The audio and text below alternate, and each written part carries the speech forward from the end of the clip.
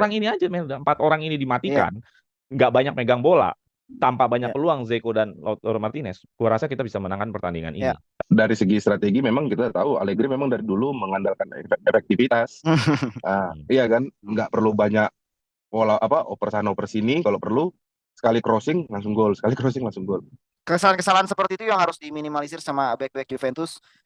Harus bisa lebih cepat ambil keputusan ini bola mau di clearance atau mau di passing lagi ke tengah gitu. Jadi jangan sampai kehilangan momen sih Bang untuk apa namanya untuk clearance maupun untuk intercept. Halo teman-teman suara Juventini, bersama gue lagi Jeki ya. Setiap minggu selalu tayang terus, selalu ada terus bersama teman-teman Juventini untuk menceritakan, menganalisa, beropini, berdiskusi, ya macam-macam. Selalu ya, suara Juventini ini nggak pernah ngobrol sendirian. Pernah juga sih. Selalu mengajak teman-teman Juventini dari manapun, siapapun, dari Sabang sampai Merauke. Apa kabar teman-teman suara Juventini semua? Jadi selalu mengajak para teman-teman suara Juventini ini untuk berdiskusi tentang yang lagi update atau pertandingan yang akan dimainkan oleh Juventus. Nah, sebelum kita ngobrol panjang, kita kenalan dulu. Siapakah kali ini Juventini yang kita ingin ajak diskusi dan kita ingin ngobrol-ngobrol karena nih pertandingannya super duper penting. Pertandingan melawan rival ya. Jadi kalau di Spanyol ada rival Barca dan Madrid, kalau di Inggris ada rival MU dan Liverpool, di Italia ada rival Derby da Italia tajuknya, yaitu Inter Milan atau kalau bahasa kita manggilnya Merda lawan Juventus. Nah, ini adalah rival yang sengit juga nih ya. Oke, kita kenalan dulu deh. Dari yang pakai baju hitam, siapa? Kita kenalan dulu, pasti ada teman-teman yang ingin mengenal. Halo Ya. teman-teman suara Juventini, Ya. Ricky dari Taman Mini. Oke, thank you Ricky Ya. ya. Ricky hadir lagi di Story Juventini. Dan siapakah yang satu lagi? Kita pengen kenal. Halo teman-teman suara Juventini, saya Roy, saya berasal dari Medan. Oke, Bang Roy dari Medan nih. Horas bah. Horas. Ya. Nah, jadi teman-teman Suara Juventini bagi yang baru join, semuanya boleh ngobrol di sini karena kita nyantumin nomor telepon sebenarnya. Ada di profil kita tentang. Jadi siapapun teman-teman ada dimanapun selama suka Juventus, ingin ngobrol Juventus, bisa sebenarnya ngobrol sama kita. Karena zaman sekarang nggak ada batasan. Ini kita bisa sama Bang Roy yang ada di Medan. Jadi Yoi, betul, bisa betul, betul. bisa ngobrol Juventus lintas batas ruang dan waktu. Oke, langsung aja deh karena tadi gua udah bilang kita mau lawan Inter Milan. Ya, jadi ini materinya adalah tentang preview. Kita pengen tahu nih sejauh mana kita ini persiapannya melawan Inter Milan. Tapi sebelum ngomongin melawan Inter Milan, ada materi-materi yang pengen gue bahas. Yaitu materi yang pertama adalah tentang yang tadi sore atau di waktu kita tag ini adalah Iya. drawing. Ya, kita udah keluar hasilnya drawing. Nanti gue pengen tanyakan sama kalian. Nanti ada kita bahas mau Fagioli. Fagioli waktu itu golin loh lawan Merda. Iya. Jadi kita mau bahas Fagioli. Asik. Ketiga kita bahas statistik sejauh mana posisi klasemen, kemampuan dari Juventus dan Inter. Ketiga adalah head to head masing-masing dari pemain, dari striker, pemain tengah dan back. Terakhir adalah line up yang pengen kita pasang nih untuk meraih 3 poin di Giuseppe Meazza. Oke, ready Ricky sama Bang Surya? Bang Roy? Siap, Ready. ready. Oke, kita yang pertama tadi yang masih anget aja deh, yang kita masih anget ini adalah tentang undian. Undian Yoi. kita ada di perempat final Europa Liga ya, Road to Budapest. Kita bertemu dengan Sporting Lisbon, salah satu klub yang termasuk klub besar juga di Ya. Portugal. Di Portugal kan ada Benfica, ada Porto. Nah, ini Sporting Lisbon tempatnya si Nani lahir, tempatnya si Cristiano Ronaldo lahir, Quaresma lahir. Jadi klub yang punya histori panjang di Portugal. Nah, gimana nih teman-teman setelah tahu bahwa akan ketemu Sporting Lisbon, apakah meyakinkan, wah ini bakal ke final nih, akan lebih mudah, atau malah sebaliknya, ngeri-ngeri sedap nih, atau apa? Nah, pengen tahu gua. Kalau gua nanti gua kasih jawaban juga. Gua sebenarnya harapannya apa, milihnya apa. Nah, dari Ricky dulu deh. Gimana Oke. Rick setelah tahu nih hasilnya lawan Sporting Lisbon? Kayaknya lu pengennya lawan MU.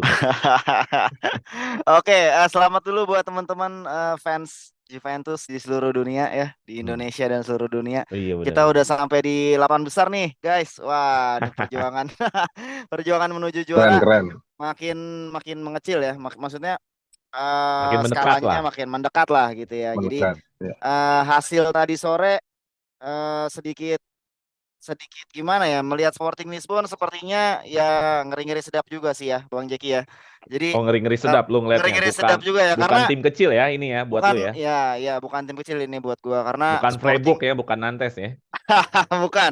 Freiburg dan Nantes kemarin ya disebutnya termasuk tim kecil ya karena jarang Hmm. terdengar namanya. Tapi kalau Sporting memang yang tadi lu bilang pencetus pemain-pemain yang bagus-bagus juga kan. Jadi ini bukan tim kecil. Kemarin juga menggugurkan Arsenal yang lagi hot juga kan di Inggris. Jadi menurut gue ini akan jadi pertandingan yang seru banget. Juve harusnya punya motivasi lebih buat bisa juara juga karena punya misi juga kan Juventus kan musim ini kan di Liga Eropa. Jadi ini akan jadi pertandingan yang seru sih Bang. Itu aja sih. Oke. Terus harapan lu sebenarnya pas pengocokan itu siapa sih? Oh iya, harapan gua pengennya ketemu United aja ya langsung ya. MU, MU. Langsung ke Oke, MU aja oke. gue pengennya sih. Tapi ya nggak apa-apa lah. Siapa tahu mungkin abis ini ketemu Iya, MU karena mungkin kan ya. bagannya kan Iya, habis ini kan iya, antara pemenang MU dan Sevilla. Tapi setelah lu melihat bagan itu gimana? iya. Ada optimisme atau ngeri-ngeri sedap atau pesimis? Gua menilai sepertinya akan bertemu Bang abis ini Bang. Sepertinya akan bertemu. Iya, Feeling gua. maksudnya perasaan lu optimis atau Optimis. ngeri-ngeri sedap nih? Masih optimis, masih Masih optimis. optimis. Masih optimis gua. Oke. Masih optimis Bang. Oke ya, jadi Ricky tadi Ya, bilang MU harapannya dan optimis untuk bisa mendekat ke final atau ke ya. juara. Nah, sekarang ke Bang Roy nih. Bang Roy, Ya. tadi kan kita udah dapat hasilnya nih lawannya Sporting Lisbon. Sporting Lisbon adalah klub dari Portugal. Kita beberapa musim yang lalu di UCL ya. Dan di musim ini kita emang agak kurang Ya. cocok melawan klub Portugal. Lawan Benfica kita kalah, lawan Porto kita juga diberhentikan waktu musim keberapa tuh. Ya. Betul. Nah, gimana nih setelah tahu kita ini melawannya Sporting Lisbon nih Bang Roy? Iya sama kayak Bang Ricky juga tadi sih. Memang justru agak lebih ngeri kayaknya kalau ketemu klub-klub dari Portugal ini karena klub-klub Portugal ini kan dari segi permainan kan lebih atraktif ya, lebih contoh seperti Benfica kemarin itu kan betul-betul kita dihajar habis-habisan, bahkan di kandang pun kita Iya, nggak kalah berdaya. kita. Dua-duanya kalah Iya, maksudnya home away. makanya itu. Nah, yang agak ditakutkan kan karena pola permainan Iya. mereka kan ya Portugal kan sama lah, makanya skill individunya bagus, secara tim taktiknya juga bagus, jauh lebih berbahaya sih. Saya juga sama kayak Bang Ricky juga sih, kalau disuruh pilih siapa ya mending ketemu United karena secara permainan United ya walaupun individu-individunya di atas Juve, cuma secara permainan United kan masih sedikit naik turun, masih ada lah harapan. Cuma kalau lawan Sporting ini tim yang bisa dibilang ya lawan Arsenal pun mereka bisa bisa menang walaupun adu penalti ya, tapi itu salah satu bukti kalau lawan tim yang kuat dari Inggris pun mereka bisa bisa bisa menang Ya lo gitu. Arsenal kan ini pemuncak klasemen. Iya, makanya. Benar, lagi dan tren Arsenal pun sepanjang musim ini kan lagi bagus-bagusnya juga kan, bukan naik Mm-mm. turun gitu. Tapi mereka bisa ngalahkan mereka. Nah, ya saya sih berharap ya sebagai fan pastinya sih berharapnya lolos bisa melaju terus sampai final bahkan juara. Ya Oke. semoga lah. Tapi kalau ngelihat Bagan yang udah tahu bakal juga nanti nextnya bakal ketemu MU atau Sevilla, itu ngelihatnya gimana? Apakah ngeri-ngeri sedap? Apakah makin optimis atau seperti apa? Eh, ya, tadi saya bilang saya berharap ketemu MU karena kalau ketemu MU ini kita punya punya punya dua sisi yang menguntungkan begitu. Kalau kita lolos, kita bisa menang lawan MU, menguntungkan bisa masuk final kan gitu kalau misal ketemu di semifinal. Tapi kalaupun kita gugur, setidaknya dari penghasilan dari TV Rai kan lumayan kan karena MU ya kita tahu lah Iya, iya, timnya iya, siapa iya. lah kan gitu Iya, kan. iya, iya, iya. Menghasilkan ini ya, Iya dari segi magnet ya, finansial juga magnet, ya. magnet spotlight di mana-mana ya, komentar apa Yoi. segala macam. Kalau nggak Dari MU nggak makan gitu ya. engagement sosial media belum lagi hak siar dan segala macam kan cukup membantu lah. Walaupun kalah tapi dari sisi yang lain kita masih Ya. bisa mendapat keuntungan lah. Oh Gitu iya, sih. benar-benar, benar-benar. Ya hampir sama juga, gue juga MU. Kenapa? Karena gue pikir kita tuh di UCL kalah ketika diunggulkan. Ya betul. Nah, ini lawan Sporting Lisbon gue yakin sebagian dari media, sebagian dari akun bola, sebagian dari pundit-pundit, bahkan rumah judi pun pasti akan menganggap Juventus diunggulkan. Pasti sama Lisbon. Cuman memang nggak Pasti. sejauh lawan Freiburg atau Nantes ya. Tapi kalau Ya, lawan MU, gue yakin malah MU yang diunggulkan. Nah, di situ gue demennya kalau Juve nggak diunggulkan. iya betul betul betul. Gitu. MU lah pasti diunggulkan. Padahal posisi Ten Hag kan lagi bagus gitu. Pasti MU Iya betul. diunggulkan. Nah, sayang lawan Lisbon sebenarnya Juve yang diunggulkan walaupun nggak terlalu banyak tapi agak ngeri-ngeri sedap kalau gue sih Iya. melihatnya.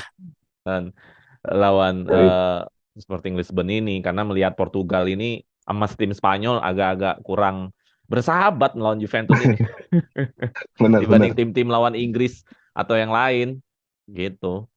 Oke, kita sudahi aja untuk mengenai drawing karena nanti kita akan ada pembahasan sendiri di previewnya pas mendekati ke pertandingannya.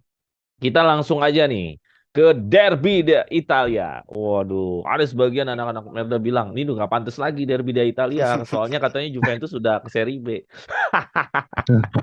Ada sebagian yang ngomong kayak gitu.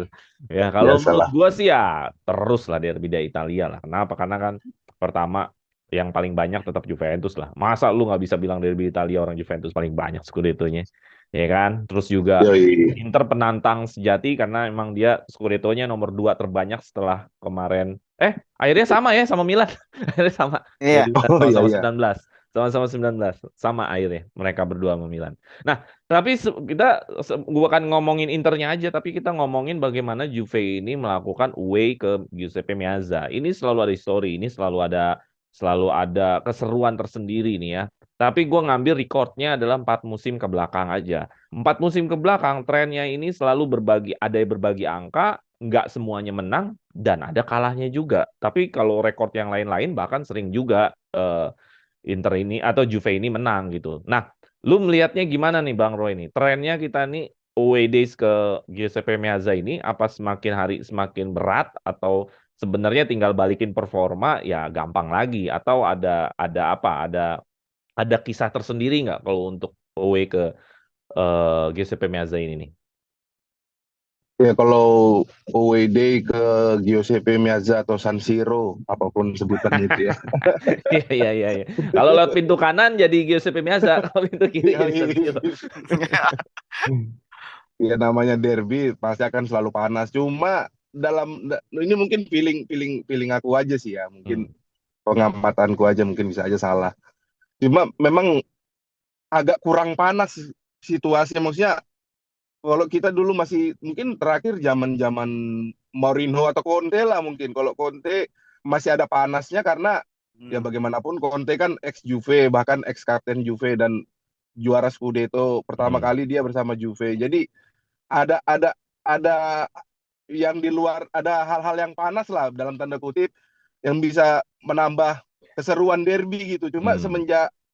semenjak Inzaghi dan ya Allegri, kita tahu lah Allegri bukan tipe pelatih yang asal ngomong. Dia kan selalu diplomatis orangnya, dalam setiap konversinya kan pasti diplomatis ngomongnya Hmm. segala macam. Jadi bumbu-bumbu derby dan rivalitas tuh agak kurang sih memang mungkin dalam 2-3 tahun ini atau 1-2 tahun inilah.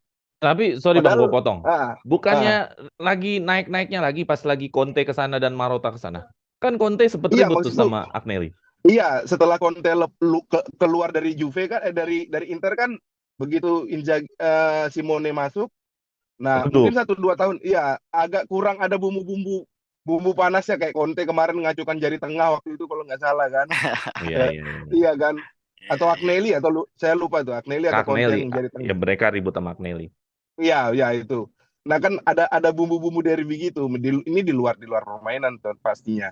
Cuma ya bagaimanapun juga nanti ya kita tahu lah, namanya derby gini, supporter juga pasti eh, luar biasa ininya sih, memberikan pressure ya. Kita tahu kalau di mana di Giuseppe Meazza pasti memenangkan spanduk-spanduk provokatif seperti itu. Cuma Iya.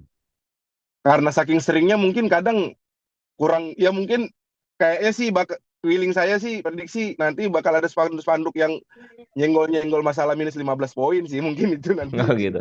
Tapi jalan pertandingan situasinya lebih kondusif ya dibanding panas tadi ya. kalau lo prediksikan untuk Iya, kalau di dalam pertandingan sih, nah itu juga balik lagi. Kalau kita ngambil contoh di pertemuan pertama kemarin kan masih masih ya untuk ukuran derby masih adem-adem lah itulah. Nggak ada kayak drama-drama dulu Cambiaso nendang siapa itu nendang itu Giovinco. Giovinco Iya benar-benar gitu. Giovinco. Iya, Giovinco atau Atau Materazzi ribut. Materazzi. Materazzi nyari Buffon sama Mota. Sama siapa? iya Mota Mota bener. Iya. Buffon sama Buffon sama Mota. Mota gitu-gitu. Ya di satu sisi sih bagus kalau nggak ribut karena ya menghindari kartu merah dan segala macam ataupun sanksi. Cuma kadang kita penonton kan mana nih kalau Iya, iya, subuh-subuh gitu kan mana iya, nih yang iya, bisa iya, bikin iya. melek nih gitu kan. Iya, iya, iya, iya. Ya Iya, gitu iya, sih iya. kira-kira. Oke. Ya, jadi kita lihat aja apakah panas ataukah relatif kondusif, tapi intinya Ya, semoga kita bisa dapat 3 poin ya. ya pastinya. Oke. Oke, Ricky, thank you. Tadi Bang Ya. Roy udah ngasih pendapatnya tentang away day ke GCP Miaza ini. Nah, gimana, Rick? Kan kalau Inter dulu terkenal ada aja yang suka hatersnya Juventus kayak Materazzi atau siapa yang akhirnya menyulut nih Iya. pertandingan menjadi lebih jadi lebih dinamis Iya. ya, nggak Ya, datar-datar aja nih. Nah, tapi kalau ngomongin tren ya, trennya ini sebenarnya kita ke kandangnya Inter akan menemui kesulitan atau sebenarnya Ya. fine-fine aja. Ini sebuah selama kita nggak bikin kesalahan sebenarnya bisa menang atau gimana menurut Rick? Oke. Balik lagi ke slide-nya di sini. Wah, di sini sebenarnya fine-fine aja sih Bang. Nggak ada masalah apa-apa. Ya karena memang Juventus sudah terbiasa melawan Inter. Sudah terbiasa melawan Inter, sering banget ketemu Inter, setiap tahun ketemu Inter ya kan, bahkan Iya. di Sampai 4 Copa kali, pun 5 iya, kali. bahkan di Copa pun ketemu lagi gitu. Jadi sebenarnya ini udah bukan sesuatu yang baru lagi buat Juventus dengan Tapi kalau tekanan-tekanan. kalau Juventus iya, tapi kalau buat pemain-pemain masih baru loh. Bremer kan musim ini Iya, yang iya, Inter. iya sih. ya. Benar juga sih. Iya kan, mungkin beberapa pemain masih baru merasakan panasnya derby di Italia gitu kan. Tapi memang benar kata Bang Roy, beberapa tahun terakhir ini memang kurang begitu hot. Tidak terjadi banyak gesekan di lapangan. Ya, itu benar itu Bang. Itu memang kadang kita tunggu-tunggu juga. Biasanya kan wah Iya, lawan Inter selalu nih pasti kita tungguin. Cuman iya, sekarang iya. memang udah jarang banget terjadi gitu. Terakhir pas si siapa tuh yang ada tatonya di sini nih? Tato apa? Bom tuh pemain Inter tuh di sini yang dia nekel Cuadrado di menit-menit terakhir. Itu di Oh, terakhir itu doang sih yang gue inget ya ribut-ributnya. Brozowski, ya, siapa sih namanya? Ya lupa lah Brozovic gue ya. pokoknya. Ya, Ya pokoknya gue lupa Brozovic. lah. Terakhir sih yang Brozo. ribut-ribut itu doang. Kesininya udah hampir nggak pernah ribut lagi dan ada mayem aja. Dan kemungkinan mungkin Conte mungkin balik lagi ke Juve. Iya, Iya, iya. iya, iya. Nggak ada yang tahu. Jadi ya udah. Ya industri sepak bola tetap berjalan. Juventus dan Inter kayaknya baik-baik aja. Cuman namanya derby di Italia dari dulu itu selalu menghadirkan kejutan-kejutan, spanduk-spanduk yang unik. Ya kan, ntar dia ngasih badut lagi, gambar badut lah. Ntar sekarang mungkin bisa 15 poin, minus 15 poin. Jadi bakal banyak yang menyulut. Apalagi pemain-pemain mantan XX-nya Inter tuh banyak yang memang ya mulutnya agak usil-usil juga gitu kan ya. Kayak Materazzi lah. Ya kan. Iya, iya, iya. Jadi itu yang kadang sering Benar-benar. memanaskan pertandingan sebelum dimulai gitu. Bahkan itu kadang menyulut beberapa pemain emosi juga saat di pertandingan itu sih Bang. Jadi menurut gua derby di Italia mau seadem apapun ini akan tetap menjadi pertandingan yang menarik sih buat fans Juve maupun Inter. Oke, ya tetap menarik dan tadi sama situasinya mungkin Ya, akan lebih kondusif. Tapi kalau ya, gua melihat slide ini, trennya tetap kompetitif. Merda kayaknya semenjak Marotta datang, mereka semakin kompetitif. Dalam arti kata, ya. kita jarang lagi melihat Merda itu kalah. Dia selalu udah mulai stay, dia udah mulai stabil. Dan ini kalau Juventus tidak apa namanya tidak siap menghadapi game ini, ya bisa juga kalah. Ya. Ya, benar. Kalau sebelum Merda itu datang Marotta ya, kayaknya ke sini gampang aja, menang aja. Iya. Tuh. Gampang aja ke Giuseppe Meazza ini bukan hal yang apa namanya bukan hal yang susah gitu untuk pokoknya nggak pernah kalah lah kayak Ya gitu. minimal imbang lah. Jadi nggak pernah kalah. Nah setelah udah mulai mereka kedatangan Marotta, mereka cari pemain-pemain yang sesuai kebutuhan tim. Nah mereka menjadi lebih kompetitif. Tapi untuk away Ya. day sini, gue berharap sih pertandingan tetap seru, saling jual beli serangan walaupun Allegri bukan begitu, tapi gue pengennya tetap begitu ya. Ya mudah-mudahan WD sini memberikan kita tuh nonton pagi-pagi kerasanya benar-benar kayak Ya. lagi nonton Barca Madrid atau Liverpool MU lah. Tuh. Tapi Liverpool MU yang Benar. sama-sama kuat ya bukan yang 7-0 kemarin. Oke, Luar. ini aja dulu untuk pengantar kita derby da Italianya. Mudah-mudahan kita bisa lihat nanti situasi derby yang benar-benar seru banget. Oke, kita langsung masuk ke materi. Udah masuk materi ya. Tapi untuk slide keduanya, sebelum kita ngomongin kekuatan masing-masing tim, gue ambil satu bahasan yang menarik adalah, memang betul tadi apa yang dikatakan Ricky, Juve udah terbiasa ke Inter. Ya, memang dari ratusan tahun, puluhan tahun, kita pasti akan bertanding Inter karena kan satu liga. Iya. Cuman yang Oh, iya. membedakan selalu setiap musim adalah pemainnya dan pelatihnya. Kan berganti-ganti terus tuh. Berganti-ganti terus. Ya. Nah, untuk musim ini, kebetulannya next gen ini lagi keangkat. Salah satunya adalah Fagioli. Ya, walaupun Fagioli udah nggak bisa bilang next gen sih, karena dia udah merantau ke Cremonese balik lagi. Tapi gue menganggap dia emang hasil cetakan next gen. Nah, Fagioli secara mengejutkan dan secara luar biasa, dia golin lawan Merda. Wah, gue teringat nih, waktu kisah Marchisio dulu ngelawan Merda, ngelawan Merda kan waktu itu dia golin juga ya. Ingat nggak Ya. golnya dia? Ya. Iya Nah, benar. itu usianya kayaknya hampir-hampir mirip. Gue belum tak tahu lagi apakah usianya sama atau beda berapa tahun.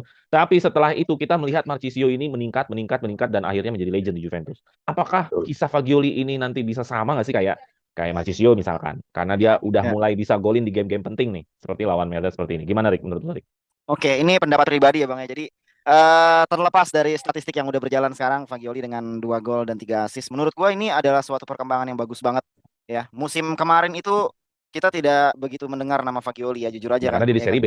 Ya benar. Benar. Ya, tapi dia kan statusnya kan saat itu kan pemain terbaik kan, pemain terbaik Hmm. Serie B kan gitu. Jadi memang baru benar-benar musim ini Juventus membawa nama Fagioli ke kancah dunia gitu, persepak bolaan dunia. Jadi menurut gua kalau untuk membandingkan dengan seorang Marchisio sebenarnya masih terlalu jauh ya, terlalu maksudnya Ya masih memang terlalu belum. inilah. Maksudnya ada nggak potensi ke arah sana? Ya, untuk potensi ke arah sana ada. Gue melihat itu ada. Ya, dengan visi permainan yang bagus gitu ya. Walaupun kalau sebenarnya kalau untuk disandingkan dengan Marquisio masih jauh, tapi sebenarnya visinya ada.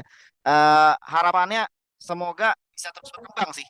Ya, tidak ada cedera-cedera yang membahayakan karir gitu ya. Jadi tidak absen lama. Gue berharapnya ini pemain bisa terus meningkat ya dengan terus dimainkan di game-game yang penting gitu ya. Jadi nggak cuma di sekedar Serie A aja, dia bisa bermain di Liga Champions atau di mana gitu. Jadi ini harapannya pemain ini bisa terus bermain baik. Sebenarnya ini gue ada sedikit kaget juga ya Bang ya, karena dari awal kan sebenarnya Allegri lebih suka dengan Miretti kan ya, dengan Miretti gitu. Tapi kenapa sekarang Ya, malah betul. Fagioli yang terus menjadi line up? Ini sebenarnya sih yang agak menjadi gue kaget gitu ya. Kenapa gitu? Apakah berarti kan dari sini kan dari sisi pelatih kan melihat berarti Fagioli mempunyai sesuatu yang tidak dipunyai Miretti gitu. Ya kan walaupun kemarin Miretti sempat dibekap cedera juga, tapi setelah kembali pun Fagioli tetap tidak tersentuh gitu. Ini yang unik sih. Apakah karena memang Juventus belum memiliki pemain yang sebaik Miretti di posisi ini, atau mungkin Miretti memang saat ini yang terbaik gitu loh, ngerti kan maksudnya kan? Jadi ya gue nggak tahu sih seperti apa, tapi gue melihat dari setiap kali siapa Fagioli main, gue melihat dia punya sisi leadership lah di lini tengah. Dia oke dalam menjaga areanya gitu. Dia memiliki visi permainan yang bagus.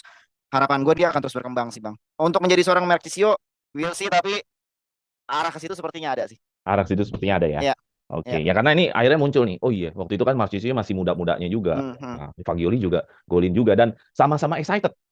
Ya. Ya memang kalau udah lu SSB Juventus masa nggak excited sih golin Merda. Ya. Yoi, benar-benar.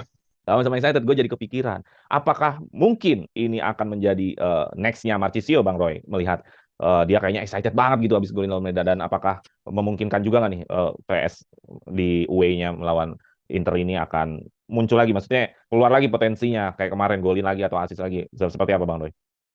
Ya, kalau dibilang apakah dia mempunyai potensi untuk seperti Marchisio masa depan, jelas ada lah potensinya. Seperti dibilang Bang Riki juga tadi ya, tapi kita harus betul-betul menunggu.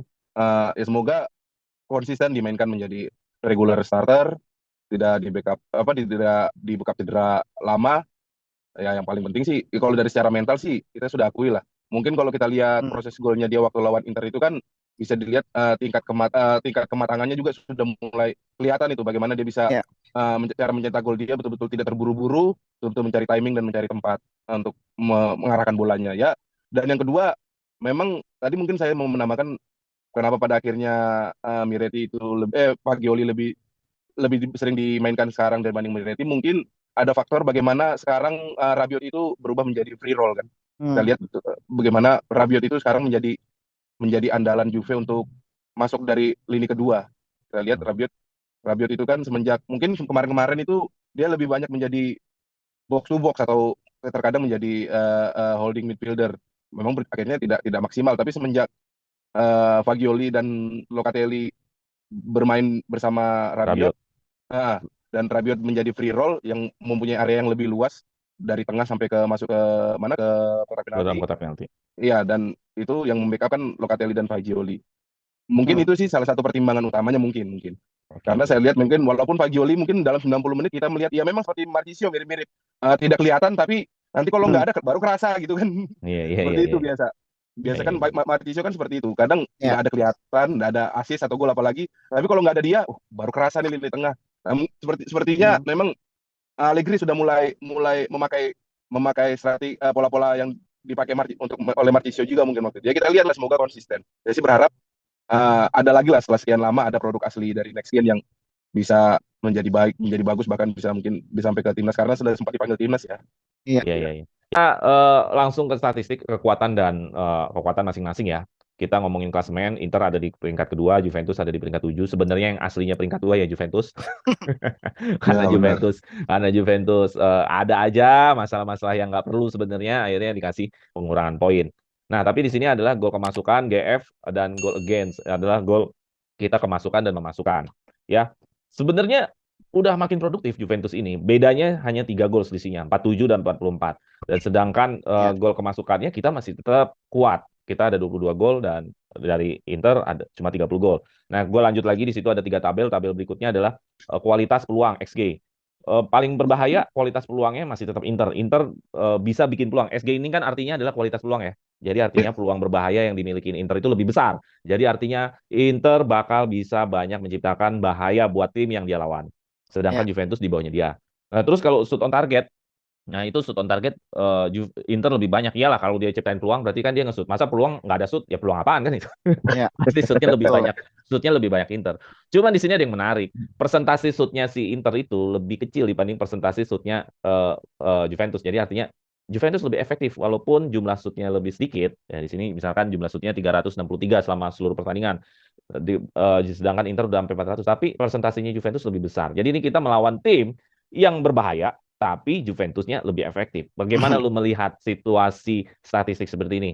Statistik menunjukkan Inter berbahaya, sangat produktif, Juventus efektif. Bagaimana nih Bang Roy?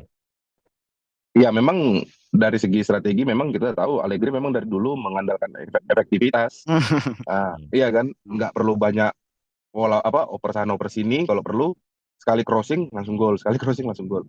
Cuma memang harus diakui di satu sisi itu oke, cuma di sisi lain ya orang pasti banyak berpendapat ini permainan yang membosankan, kurang ada tidak atraktif dan segala macam. Cuma ya kita tahu Allegri adalah pelatih yang mementingkan hasil dibanding proses kan gitu.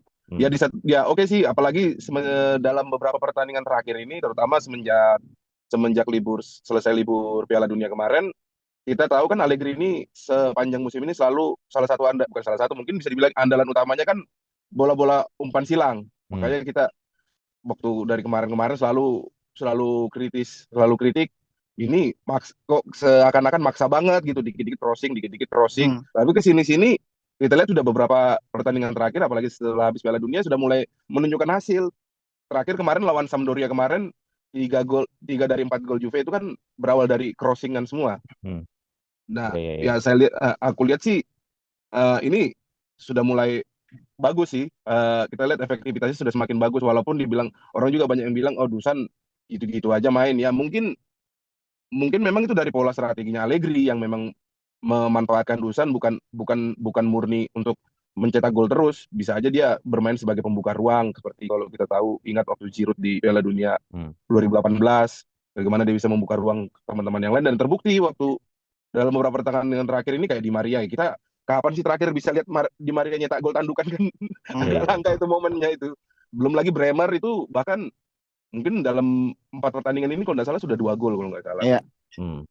Rabiot sudah aktif. Nah itu sih di satu sisi kita melihat walaupun jumlah gol Vlahovic kecil, cuma dukungan gol dari lini kedua kita makin meningkat dan itu yang harusnya membuat Juve semakin berbahaya karena pertahanan lawan tidak akan bisa menebak siapa yang bakal bisa mencetak gol. Sementara kalau kita lihat Inter kan selalu mengandalkan 2 penyerang di depan, baik itu Lautaro Martinez Dzeko ataupun Lautaro Korea gitu.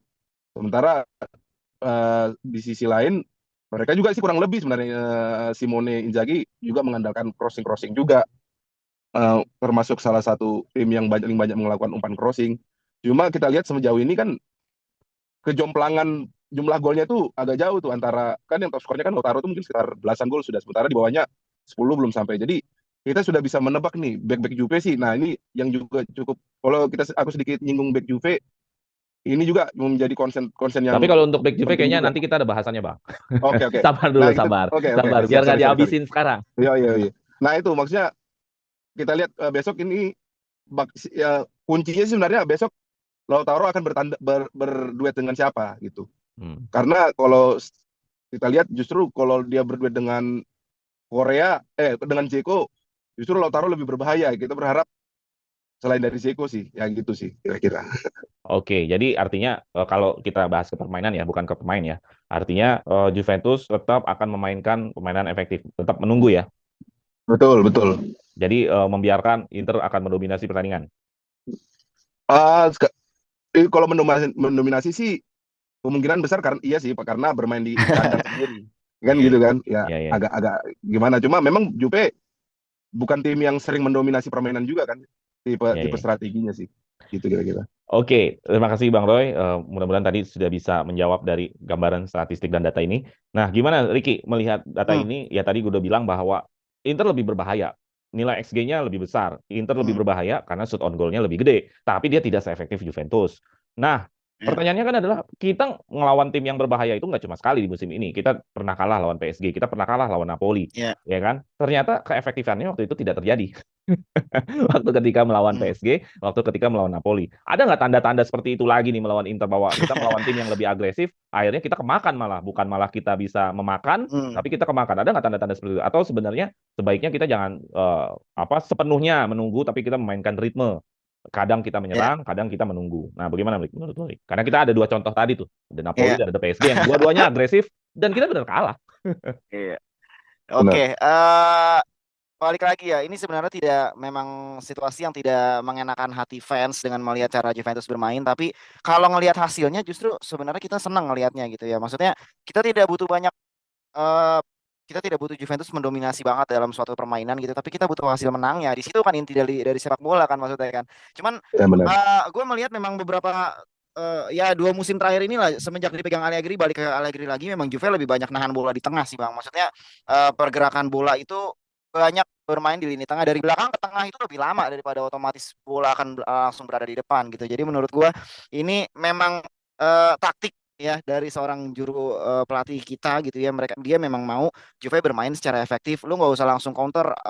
Kita nggak akan pernah melihat Juventus bermain seperti Arsenal, seperti ya tim-tim di Liga Inggris lah dengan daya serang yang luar biasa kayak gitu. Tapi Juve dengan Allegri sekarang adalah Juve yang memang mendominasi lini tengah, berusaha untuk mendominasi lini tengah, memainkan bola dari tengah gitu ya, tidak terburu-buru untuk memberikan bola ke depan. Itulah kenapa makanya Dusan Vlahovic seperti yang tadi Bang Roy singgung ya, dia kesulitan mencetak gol gitu. Kalau gue melihatnya seperti itu ya, karena memang Juve tidak memainkan peranan sebuah klub yang menyerang dengan ganas gitu ya. Kalau menurut gue sih seperti itu. Tapi ada kalanya Dusan Vlahovic itu memang dipaksa untuk mereka untuk menjadi pemantul bola, mengisi ruang yang kosong supaya menarik pemain-pemain lawan tuh jaga dia gitu loh, membuka ruang di mana pemain-pemain lain bisa mencetak gol. Jadi memang posisinya agak sulit ya melihat striker semahal itu dengan harga yang tidak murah, dengan reputasi dia di klub sebelumnya mencetak banyak gol, tapi sekarang seperti ini. Tapi di luar itu semua kita melihatnya bahwa Juventus bisa mencetak gol walaupun bukan dia yang ngegolin gitu ya. Walaupun posisinya saat ini Juve butuh seseorang untuk bisa mencetak gol, ya gol nggak harus dari dia. Itu sih yang memang agak miris sepertinya. Cuman di luar itu semua Juventus yang sekarang memang memainkan peranan seperti itu Bang gitu. Jadi kita tidak bisa melihat semuanya dari statistik ini, walaupun ini adalah sebuah statistik dan fakta kan yang tidak bisa dihindari kan. Betul. Jadi Inter memang tidak hanya melawan Juve, Inter memang ganas. Gua akuin itu gitu. Dia punya pemain-pemain yang berkecepatan tinggi kayak Di Marco dan lain-lain gitu. Jadi Dumfries ya, Dumfries, Di Marco itu kan punya peranan penting dalam mencetak gol gitu. Maksud gua dia punya speed, dia punya crossing handal. Itu yang memang harus diwaspadai. Jadi gua tidak terlalu melihat statistik ini, tapi gue menilai bahwa Juventus yang sekarang memang seperti ini sih Bang. Penuh efektivitas, yang penting main efektif aja. Lu nggak perlu dominasi banyak bola. Lu nggak perlu dominasi permainan, tapi lu bisa mengirim bola saat posisi benar-benar bagus gitu, benar-benar luang sehingga bisa mencetak gol. Itu sih kalau gue lihat Bang. Oke, thank you ya. Jadi, nah, Kita sudahi tadi mengenai masing-masing tim kekuatan-kekuatannya. Nah, tadi gue bilang Inter punya produktivitas lebih berbahaya, Juventus punya efektif. Nah, kita langsung ke pemain-pemainnya nih. Ngomongin tadi striker. Tadi kalian udah singgung-singgung. Nah, sebenarnya ada materinya sendiri.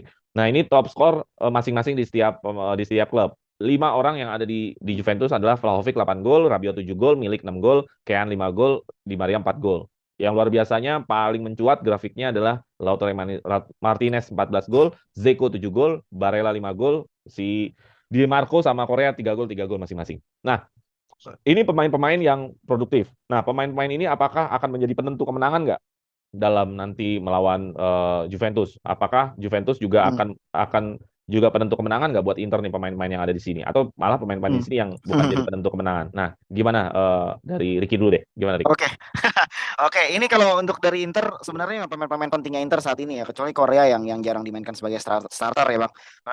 Biasanya Inzaghi itu lebih milih Zeko dibanding dibanding Korea gitu Hmm. ya. Jadi memang ini pemain-pemain yang sangat bagus di posisinya masing-masing. Lautaro Martinez luar biasa musim ini, walaupun kemarin gagal penalti, ya kan. Tapi Ya, tapi oke lah untuk ukuran striker yang memang di plotnya bukan striker utama sebenarnya. Lautaro Martinez ini kan apa namanya second strikernya Edin Dzeko sebenarnya. Tapi dengan 14 gol ini menunjukkan bahwa Lautaro punya daya gedor yang luar biasa gitu sebagai striker yang memang mentalitasnya udah terbentuk, udah jadi gitu loh, striker jadi lah ibaratnya kan. Dia kemarin udah nambah juara dunia pula ya kan, walaupun dia nggak main di final tapi kan dia ada di squad itu gitu. Jadi menurut gua ini adalah pemain-pemain Inter yang memang berbahaya dan memang bisa menentukan hasil pertandingan bang. Nah berbeda dengan Juventus nih, gue melihat ya kita sadar nggak sadar Moisken tiba-tiba udah 5 gol, ya nggak sih? Ya iya kan mau benar. dibilang dia bukan pemain inti, tapi dia udah 5 gol, dia udah ada golnya gitu. Jadi menurut gue yang ada di sini pun Juventus adalah pemain-pemain yang memang saat ini memang diandalkan Allegri gitu loh bang. Walaupun Milik cedera, Moisken juga ya gitu-gitu aja mainnya. Cuman pemain-pemain yang ada di sini tuh udah punya kontribusi banyak buat klubnya, buat Juve gitu ya. Jadi deretan pemain yang ada di sini mungkin akan menjadi pemain-pemain yang bisa menentukan hasil akhir pertandingan nanti sih bang. Itu sih dari Oke, gua bang. jadi dari 5 orang pemain di Hmm, sini, ya khususnya Juventus karena kita hmm, membela Juventus, hmm. menurut lo pasti ada yang golin lah, Ya, ya. Kan kalau ya, kalau Milik belum tentu main, yang pasti ya, main kan bisa aja kayak atau Di Maria atau Rabiot. ya, Jadi di sini bisa menjadi penentu ya, menjadi bisa, goal getter-nya bisa Juventus. menjadi penentu, bisa. Di Oke, Maria di situ ada Rabiot, ada Vlahovic.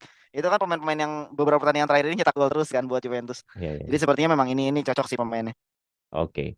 Nah, gimana Bang Roy melihat nih ada kejompangan nih goal getter kita nih yang nomor 9 nih.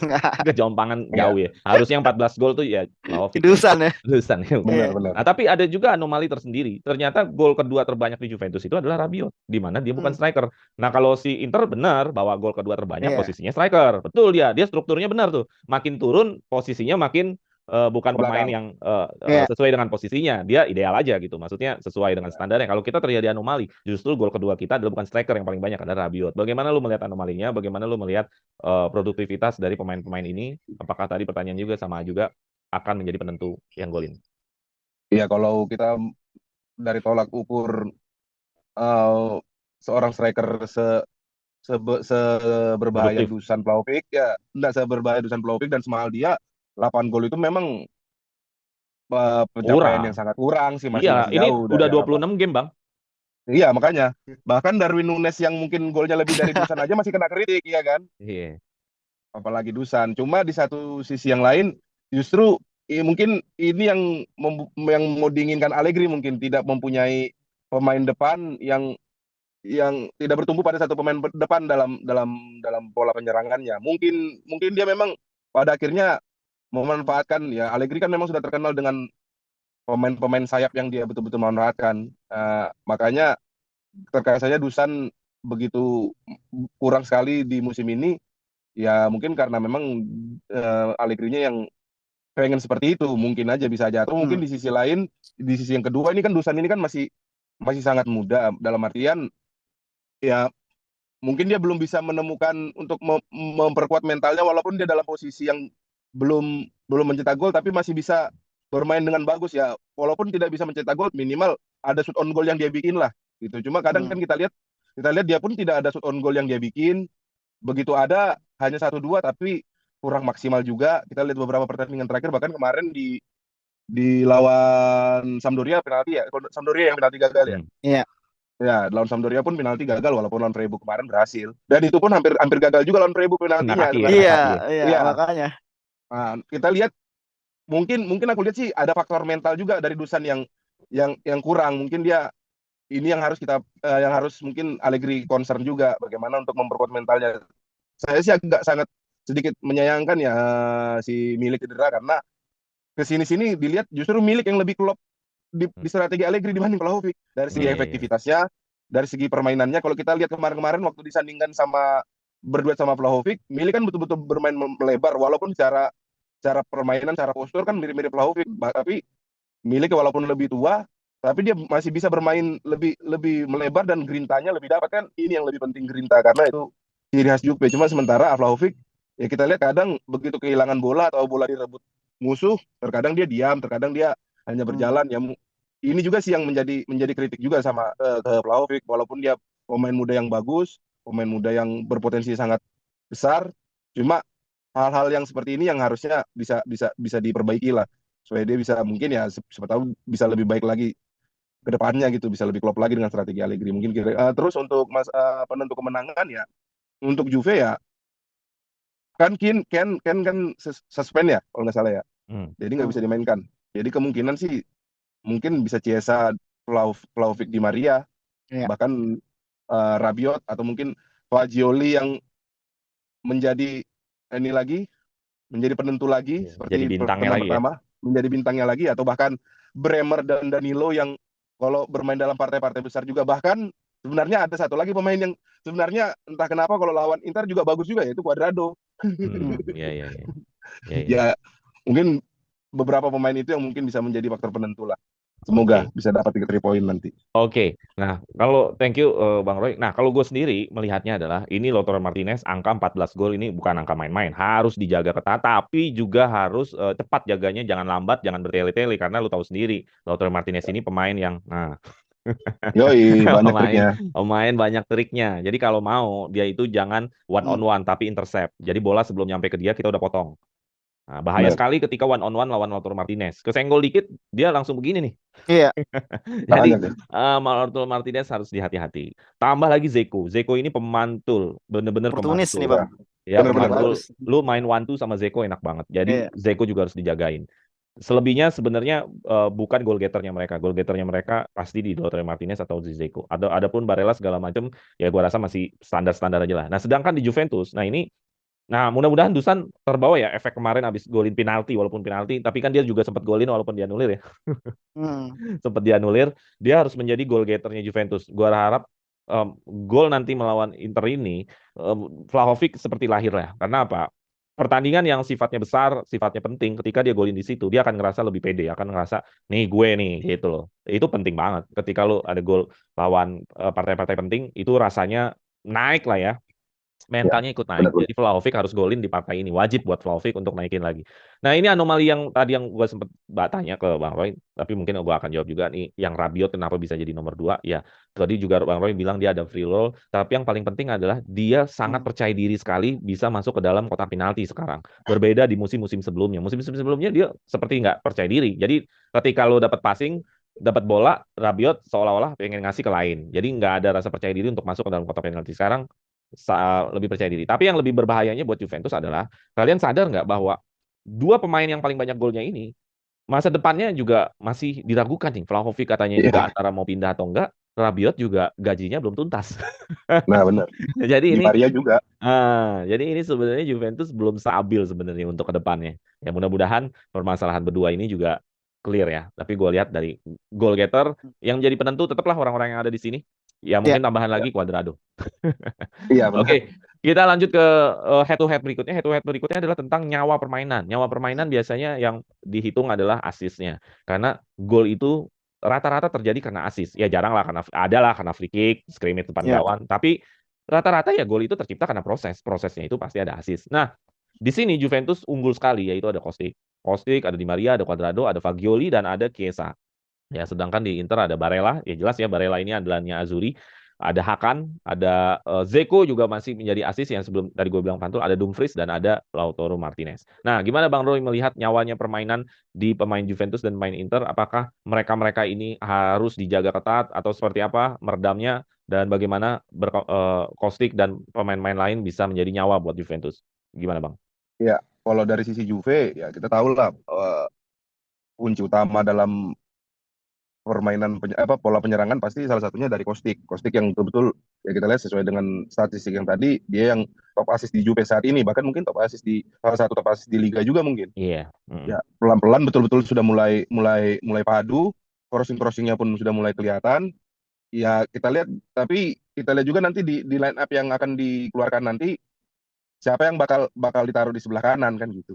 Ya aku berharap sih ada Di Maria yang bisa dimainkan. Kalau kan kemarin waktu lawan Freiburg kan dia tidak dimainkan sama Absen. sekali, tapi ada di bench kan. Ya Yap. semoga betul-betul nanti di lawan Inter nanti bisa dijadikan starter. Jadi untuk menyeimbangkan lah pola penyerangan dari sayap, walaupun Di Maria memang kita tahu lebih lebih sering masuk ke dalam. Cuma terkadang ketika dibutuhkan crossing, ya kita tahu kualitas crossing dari seorang Di Maria seperti apa. Karena kalau hanya mengharap seorang Cuadrado atau apalagi di Siglio agak berat sih. Gitu kan. Iya. Apalagi kalau Miretti kemarin lumayan lah waktu lawan Sampdoria ada crossingnya, cuma apakah bisa konsisten ya kita nggak tahu juga, masih butuh waktu. Sementara dari Inter, nah ini dua pemain sayapnya Dumfries dan Di Marco ini ya masih muda, punya kecepatan, mereka juga bisa masuk ke dalam, ya ini juga sangat-sangat berbahaya ketika trio Brazil back Juve sibuk menjaga Lautaro maupun Zico, kedua pemain ini bisa menusuk, apalagi kedua pemain ini juga punya selain punya crossing, punya shoot yang bagus juga gitu. Nah ini patut diwaspadai juga kedua pemain sayap dari Inter ini ya. Semoga intinya Juve bisa, kalau aku lihat sih semoga bisa menutup pergerakan mereka mulai dari lini tengah, karena kalau sudah mereka bisa lepas dari lini tengah bakal bahaya Di Marco maupun Dumfries ini itu kira-kira. Oke, ya jadi Bang Roy melihat ada sisi serangan dari Inter yang dari sayap, Dumfries dan Di Marco yang punya potensi, dan Juventus juga ada Kostic yang sebenarnya itu aja spesialitinya, tapi ngaruh. Iya benar. Itu aja. Berpengaruh. Emang Soalnya apalagi crossing aja tuh. crossing aja. Iya. Cuman memang itu dia ininya emang senjata andalannya gitu. Iya. Nah, gue pribadi sebelum ke Ricky, gue hanya bilang Inter itu hanya 4 yang dijagain kalau gue. Tadi yang pertama adalah Lautaro Martinez yang sebagai goal getternya, Zeko. Yang kedua adalah nyawanya di Hakan dan Barella. Ya, yang top-top ini yang dijagain. Gue nggak terlalu ngeliat di Marco sama Dumfries ya. Karena kalau tanpa distribusi bola, dia juga akan mengandalkan skill-skill individu. Mang lu 90 menit mau ngandelin skill individu terus kan nggak mungkin. Tapi yang Iya. benar-benar membentuk permainan nanti adalah Barella dan Hakan. Bola pasti akan ke sana mereka berdua. Nah, sekarang gimana Rabiot, Locatelli matain nih kakinya mereka berdua nih. Hakan dan Barella nih. Karena kalau Iya, Hakan benar. dan Barella dibiarkan bermain bersama Zeko membentuk segitiga, ya nanti kejadian nanti Juve kayak lawan Napoli, membiarkan banyak pemain Napoli pegang bola bukan berarti itu efektif sebenarnya. Efektif itu adalah lu tidak membiarkan mereka banyak megang bola, jegal ambil counter attack kan gitu. Iya benar. Gitu. Jadi gue melihatnya seperti itu. Nah, kalau Ricky sendiri bagaimana nih melihat nyawa permainan dari Juventus dan Inter? Oke, Kostik sih luar biasa lah pokoknya musim ini. Begitu banyak asis yang udah terjadi. Di Maria pun juga magicnya masih ada. Ini pemain-pemain penting semua buat Juventus bang. Mungkin ada nama Chiesa di situ. Chiesa pun jarang main pun bisa punya asis 3 loh. Iya, dia kan Iya kan? spesial lah, superstarnya Iya Juventus makanya. lah. Makanya apalagi kalau misalnya Chiesa bisa fit gitu musim ini ya. Mungkin ini memang sama seperti yang lu bilang lah. Ini sama kayak Pogba. Ini bukan musimnya mereka gitu ya. Ya ini mungkin musim pemulihan. Tapi mudah-mudahan Chiesa bisa kembali fit lagi seperti biasa. Cuman posisinya kan nanti kan akan bingung ya memilih pemain sayap yang akan bermain di sebelah kiri kan. Cuman ya terlepas dari itu, gue melihat adalah pemain-pemain terbaik Juve lah yang ada di sini. Di sisi Inter pun juga pemain-pemain terbaik Inter. Seperti yang lu bilang tadi, Barella dan Hakan akan menjadi kunci bang. Itu kuncinya. Dua pemain itu adalah selalu pemain yang paling sering merepotkan Juventus di setiap pertemuan Juve dan Inter. Jadi apa namanya? Kalau misalnya Juventus bisa menghentikan Barella dan Hakan, gue yakin Juve bisa menguasai itu lini tengah. Kalau lini tengah udah dikuasain, harusnya bola akan lebih gampang menuju ke depan. Jadi dua pemain ini adalah pemain yang sangat penting buat Inter, Barella dan Hakan. Gue berharap Juve punya solusi buat menghentikan dua pemain ini. Urusan nanti Lautaro Martinez kita serahkan sama Danilo lah, ya kan? Danilo lah, ya kan? Danilo sekarang udah nyaman kayaknya main di center, jadi ya main di center back. Gue berharap Danilo punya sesuatu lah untuk menghentikan Lautaro maupun Zeko. Ya terlepas dari itu semua, 5 pemain ini adalah pemain yang penting untuk kedua tim ini. Jadi pasti dari kedua klub ini punya senjata-senjata gitu sendiri lah untuk menghentikan pergerakannya masing-masing sih bang. Gue berharap Juventus bisa menghentikan Barella maupun Hakan. Itu kunci banget sih dua pemain itu. Oke, ya kenapa gue ulang lagi? Lu bisa lihat dah, yang golin sama yang assist itu ada di dua Ya, grafis, ada di dua data. Kayak Barella, dia juga sebagai goal getternya Inter dan ya, sebagai nyawa yang paling banyak assist. Lautaro Martinez juga Lautaro Martinez sih. Bener Zico. iya, ya betul. Ya, Zeko juga. Yang bedakan ya, cuma Hakan doang tidak menjadi goal getternya. Jadi memang empat ya. orang ini aja, empat orang ini Iya, dimatikan, nggak banyak megang bola. Tanpa banyak iya, peluang Zeko dan Lautaro Martinez, gua rasa kita bisa menangkan pertandingan iya. ini. Tapi kalau empat orang ini dibiarin asik megang bola, ya bukannya gue optimis, bukannya gue pesimis, ya ada keefektifan dari Allegri yang tidak terjadi, ada waktu lawan PSG lawan Napoli. Iya. Iya. Dan Benfica juga sebenarnya. Ya, iya, jadi Hmm. nggak selalu efektif itu akhirnya kita bisa menahan yang pemain-pemain agresif. Enggak. Pemain-pemain agresif itu tadi bisa menang lawan kita karena dia terlalu banyak megang bola. Iya, Dia megang bola terlalu terlalu enak megang bola. nyaman Gitu. jadinya. Nyaman. Efektif di sini Hmm. kan secara positioning. Cuman bukan berarti dia megang bola kita biarin aja. Iya, Iya, betul. Jadi Rabiot, Locatelli harus main lebih Rambo dah. Lebih lebih brutal. Kalau Fagioli gua rasa karakternya iya, bukan kayak gitu ya. iya, Ya, betul. Benar, Fagioli benar. lebih stylish lah. Fagioli harus cari ruang. Kan ada Fagioli di sini. Fagioli harus cari ruang di mana dia bisa dipasing. Kalau Betul, betul. Fagioli nggak Iya, bisa dipasing, ya permainan nggak bakal hidup. Karena kan pekerjaan kotornya nanti mungkin akan lebih banyak Rabiot dan Locatelli. Bener nggak? iya. Gitu. Ada lagi mau tambahin tentang nyawa permainan? Udah sih. Wah, aman sih. Aman. Aman ya. Jadi kita lihat aja nih, apakah Juventus benar-benar efektif ataukah kita malah dipermainkan. Tapi gua rasa kita udah belajar lah dari lawan-lawan tim yang agresif kayak lawan Napoli. Gua rasa hari ini Hmm. kita lawan Merda bisa lah mengambil pelajaran itu. Iya. Gitu. Oke, ini kita untuk head to head run terakhir adalah posisi back ya, tapi sempat disinggung bahwa Bremer dan Bremer selalu menjadi atribut paling tertinggi Juventus ya dalam clearance, Hmm. dalam intercept, Benar. tackle-nya Cuadrado yang paling tinggi atributnya. Iya. Sedangkan di Inter, gue berbesar dulu benar. Di Inter ada Gosen justru yang tackle yang paling banyak. Hmm. The Fritz katanya juga intercept yang paling tinggi dan ya The Fritz juga. Jadi ada dua simbol backnya Merda nih, The Fritz dan Bremer. Yang satu Merda The Fritz, yang Juventus adalah Bremer. Bremer dipastikan akan main pasti fit. Nah, The Fritz sebenarnya nggak main nih katanya nih. Kalau nggak salah cedera. Oke. Dia akan mainin Acerbi. Menurut lu gimana nih peluangnya Rick, ketika ada back-back yang Hmm. dari back-back dari Inter ini yang nggak main nih seperti nanti mereka kayaknya kemungkinan mainin Acerbi. Gimana Rick Iya. menurut lu, Rick? Ini sebenarnya keuntungan buat Juventus Bang. Acerbi itu udah termakan usia sebenarnya. Cuman memang pengalaman dan organisasi lini belakangnya bagus gitu ya. Jadi makanya kan kemarin kan pun sempat dipanggil timnas pun kan waktu Bonucci cedera gitu untuk backup. Nggak tahu kalau sekarang ya, gue nggak apa namanya belum ngikutin lagi. Cuman ini keuntungan buat Juve sekali lagi. The Virts itu pemain yang paling bagus tuh, konsisten. Setiap kali pertandingan Inter dia paling banyak clearance gitu kan hitungannya. Jadi ini pemain bagus yang memang saat ini tidak ada. Jadi ini keuntungan buat Juventus. Juventus harus cari celah dari situ. Kita punya beberapa pemain yang memang cepat dalam penetrasi ya, ada Kostic, ada Chiesa gitu ya, ada Cuadrado gitu. Jadi harus dimanfaatkan dengan sangat bagus gitu. Nah, dari sisinya Juve sendiri, Bremer dan Danilo memang udah gua angkat topi lah buat mereka musim ini. Kalau misalnya nggak ada mereka berdua musim ini, Juventus nggak tahu nih Bang seperti apa nih. Mungkin akan kebobolan lebih banyak gitu. Bremer pun sudah berpartisipasi dalam urusan mencetak gol pula. Jadi ini apa namanya pemain-pemain yang penting dari lini belakang Juventus. Mudah-mudahan tidak ada kesalahan-kesalahan elementer yang terjadi gitu ya. Kayak kemarin pas terakhir Juve itu kebobolan lawan siapa tuh? Yang kita menang 4-2 ya, Sampdoria ya. Ya kan, Bonucci beberapa kali sering hilang posisi, kayak bingung gitu. Kalau gua ngeliat ke belakang tuh pas gol kedua tuh dia bingung, gue mau jaga siapa nih. Ya kan akhirnya bola masuk ke tengah, di shoot. Gue melihatnya seperti itu. Jadi kesalahan-kesalahan seperti itu yang harus diminimalisir sama back-back Juventus. Harus bisa lebih cepat ambil keputusan ini bola mau di clearance atau mau di passing lagi ke tengah gitu. Jadi jangan sampai kehilangan momen sih Bang untuk apa namanya untuk clearance maupun untuk intercept. Itu aja sih Bang. Oke, ya. Hmm. Jadi kita jangan kehilangan momen, tetap Ya. Bremer jadi andalan.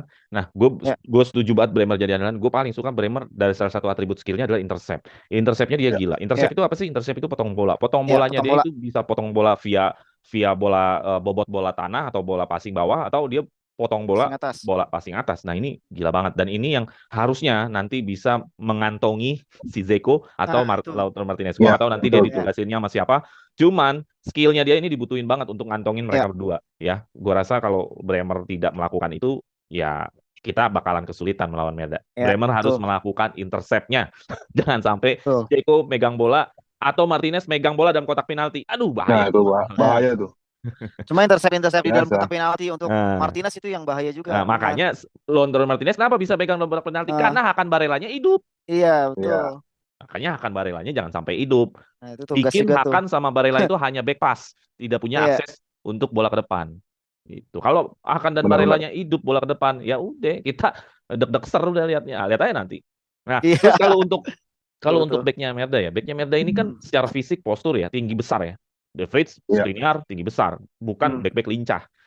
Ini sebenarnya makanannya Di Maria sebenarnya. Cuman sayang Di Maria juga Benar. kan tua juga. Kalau Di Maria Hmm. 10 tahun yang lalu udah dimakan mereka berdua nih Oh, coach. habis. Nah, jadi sebenarnya nih Habis. kalau Chiesa main enak ini. Kalau Iya Chiesa main ya. Kalau apalagi enak ini. backnya nanti Skriniar sama misalkan sama Serbi. Wah, enak ini. Mereka back lambat. Mereka itu Iya. bagus karena berbentuk pola. Tapi kalau one on one sebenarnya harusnya kita menang. One on Iya. one satu vs satu ya. Tapi kalau secara taktik harusnya kalau mereka membentuk pola, membentuk taktik itu mereka kuat. Tapi one on one sebenarnya kita menang. Nah, kalau Bang Roy sendiri gimana melihat back-back kita dan back Merda ini? Ya, kalau dari Juve ya betul sih yang dibilang Bang Riki tadi, Bremer betul-betul menjadi kunci. Walaupun awal-awal musim kemarin mungkin masih dalam proses adaptasi mungkin ya. Cuma kesini apalagi setelah habis Piala Dunia makin kelihatan nih. Oh, ternyata wajar sih harganya mahal walaupun datang dari klub yang nggak jelas. Iya.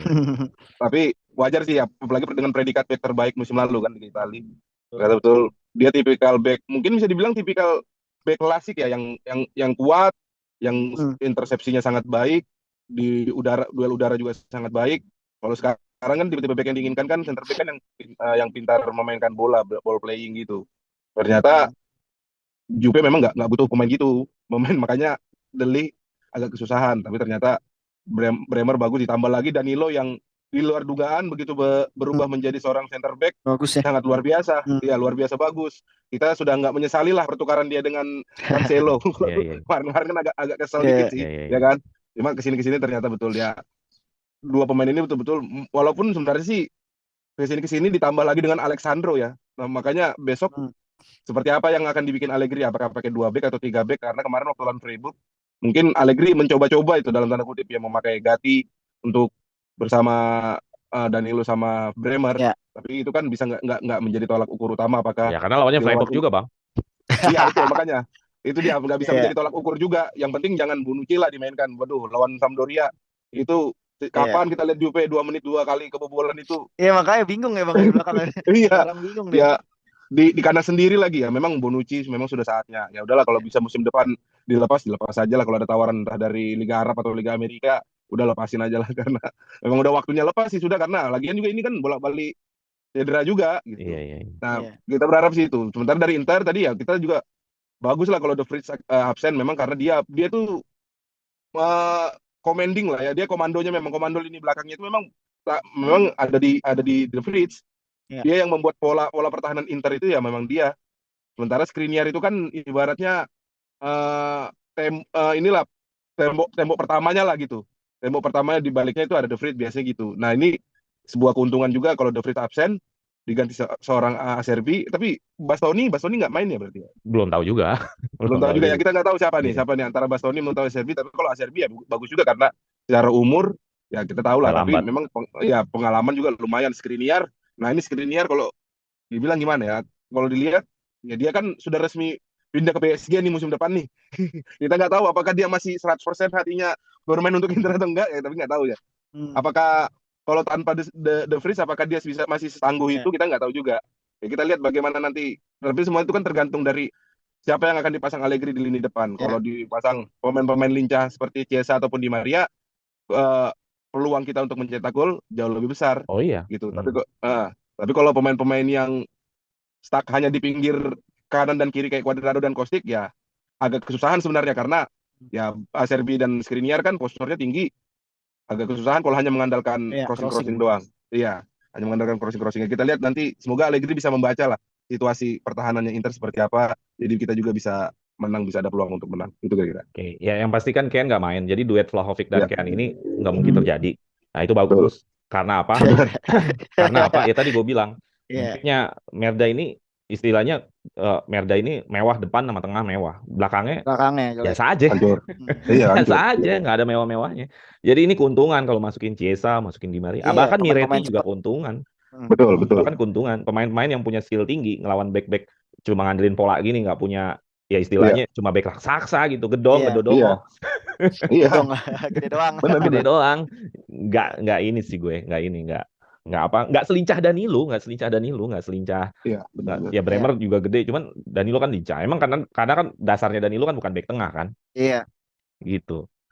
Oke lah, itu tadi mengenai head to head back, kita head to head pemain udah cukup semua. Terakhir adalah line iya. up. Nah, Rick, Ya, Nah, line up ini kita nih. nggak berubah-berubah nih beberapa oke. pertandingan terakhir. 3-5-1-1 Iya, atau 3-5-2 intinya nggak pernah berubah. Nah, kalau lu iya, sendiri, line up nanti akan seperti apa dan siapakah yang akan main iya. untuk diturunkan melawan Mierda? Gimana, Rick? Iya, kalau di preview sebelumnya terakhir gue tampil di Suara Juventini itu gue suka dengan 4-3-3. Kayak sekarang gue udah jatuh cinta dengan 3 back ini nih, Pak. Hmm. Tiga Iya, lima ya 3-5-1-1 karena atau 3-5-2 ini Ya, kayaknya udah menjadi jauh lebih suatu solid ya. ya jauh lebih solid dari sisi akomodasi di lini belakangnya ini jauh lebih kuat sih sebenarnya sekarang setelah gue Iya, lihat-lihat ya.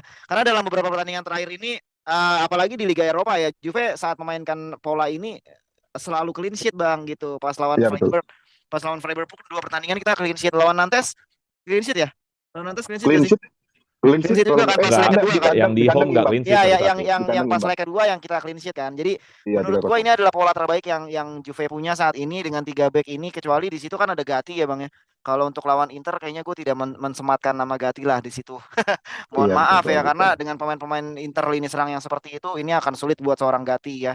Jadi menurut gue ada Danilo, Bremer dan mungkin bisa memainkan Bonucci atau Alexandro mungkin di situ Bang. Tapi tidak dengan Gatti sih. Sisanya sih gue masih melihat bahwa ini adalah pemain-pemain yang kemungkinan besar akan dimainkan ya. Kecuali mungkin Cuadrado bisa diganti di Maria Bang mungkin di situ ya kan Hmm. atau mungkin Kean yang diganti di Maria di situ ya kan. Nah, sisanya sih pemain-pemain yang sepertinya akan bermain sih Bang di pertandingan besok.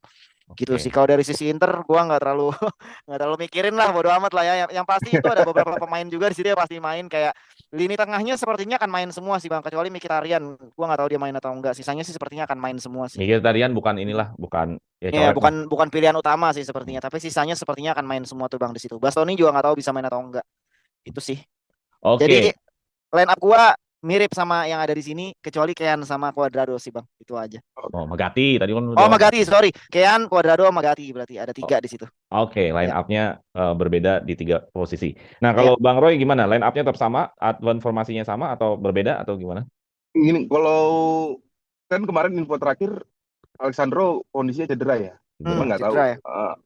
nggak tahu apakah dia bisa main di lawan Inter atau enggak. Kalau nggak bisa, aku sih lebih mending 4-4-2, 4-4-2 Oh, itu karena udah lama banget nggak pakai itu lagi, itu di awal musim. iya betul karena kalau memaksakan 3 back mencari penggantinya Ya Rugani masih fit, Bang. Alexandro. Rugani.